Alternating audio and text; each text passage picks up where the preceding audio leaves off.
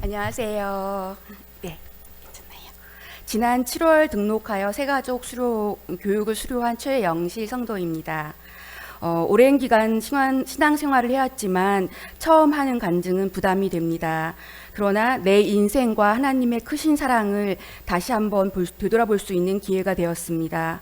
모든 것은 우연이 아닌 하나님의 계획이라는 목사님의 말씀도 다시 한번 떠올랐습니다. 여고 시절 하나님을 영접한 엄마의 믿음으로 저는 어려서부터 교회 생활을 해왔습니다. 성가대, 찬양대, 주일학교, 교사, 봉사 이런 것들이 저에게는 그냥 일상 중의 한 부분이었습니다. 일종의 습관과도 같았습니다. 학창시절 진로에 대한 고민으로 기도하며 주님과의 더 인격적인 만남을 소망하고 하나님의 계획에 따라 살기를 간구했지만 정작 내 마음의 왕자에는 주님보다 내 자신의 강한 이고가 자리 잡고 있었음을 고백합니다. 항상 더 큰 세상, 새로운 세상에 대한 호기심이 많았던 저는 중국어를 전공하고 유학도 마쳤습니다. 여러 나라에서 일할 수 있는 기회가 주어졌습니다. 타국에서 제 자신을 증명하고 인정받기 위해 무엇보다 일을 우선시하는 삶을 살았습니다. 한인교회에 출석하고 예배를 드렸지만 주님은 내가 힘들 때만 찾는 그런 생활을 이어가던 중 엄마가 암 진단을 받으며 우리 가족은 이 또한 주님의 계획임을 받아들이게 해달라고 함께 기도하게 되었습니다. 종갓집 맏며느리로 평생 고생한 아내의 부탁으로 주일 예배만 간신히 참석하시던 아빠가 먼저 변하기 시작하였습니다. 아빠가 먼저 기도하기 시작하였습니다. 엄마는 다행히 초기에 발견되어 수술을 마치고 4년 만에 완치 판정을 받으셨습니다. 그 사이에 저는 가족과 함께하기 위해 한국으로 들어와서 다른 분야의 일을 시작하여 또 그 일에 열중하였습니다. 몇 년이 지난 후 엄마의 암은 재발하였고 엄마는 농담처럼 하나님도 착한 사람을 더 먼저 곁에 두고 싶지 않겠냐. 너희는 힘든 세상에서 좀 더 고생해라. 내가 먼저 좋은 곳에 가겠다. 내가 떠나면 슬픔 대신 좋은 곳에 간 나를 위해서 파티를 해달라고 항상 농담처럼 말씀을 하셨습니다. 그리고 엄마는 저희를 떠나게 되었습니다. 엄마의 그 농담이 저희에겐 너무나 큰 위로가 되었고 슬픈 만큼 또 감사하기도 했습니다.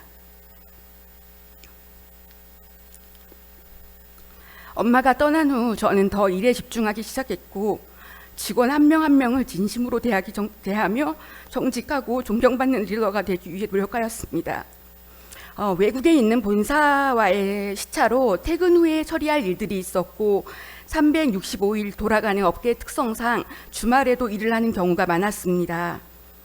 남들이 부러워할 만한 직장에서 직급이 올라가고 인정받을수록 저의 마음은 더 메말라갔습니다. 몸도 지치기 시작하였습니다. 쉬고 싶다는 생각이 들던 중 회사의 임원들이 대거 교체되며 회사는 전과는 다른 방향으로 흘러가기 시작했습니다. 저의 머릿속엔 쉬고 싶다, 햇살과 자연만으로도 치유가 되던 제주로 떠나고 싶다는 생각이 항상 맴돌았고 저는 일을 정리하고 제주도로 내려왔습니다. 주말 예배를 위해 집 근처 장로교회를 검색하여 제주 한빛교회에 오게 되었습니다. 첫 번째 예배에서 한 달 살기 가정의 간증을 들으며 함께 눈물을 흘리며 그 눈물이 따뜻하게 느껴졌습니다. 교회 등록이나 교회 생활을 할 마음은 전혀 없었지만 두 번째 예배에서 목사님은 꼭 교인 등록을 하고 점심 식탁의 교제도 매우 중요하다고 말씀을 하셨는데 그 말씀이 꼭 저를 보고 하시는 말씀같이 마음에 박히고 왠지 모를 양심의 가책을 느껴서 저도 모르게 등록을 하고 순도 배정받게 되었습니다. 처음에 부담과는 달리 식사 시간이 어색하지 않게 신경 써주신 선교사님 부부, 안부 전화를 먼저 주시는 권사님들과 또 우리 순회 식구들에게 따뜻함과 주님의 사랑이 느껴졌습니다. 저는 말씀에 대한 사모함이 생겼고 정말 이제서야 말씀을 통해 나를 단단히 하시는 주님과 말씀의 힘을 깨닫게 되었습니다. 목사님 말씀처럼 모든 것은 하나님의 계획이었음을 확실히 고백할 수 있게 되었습니다.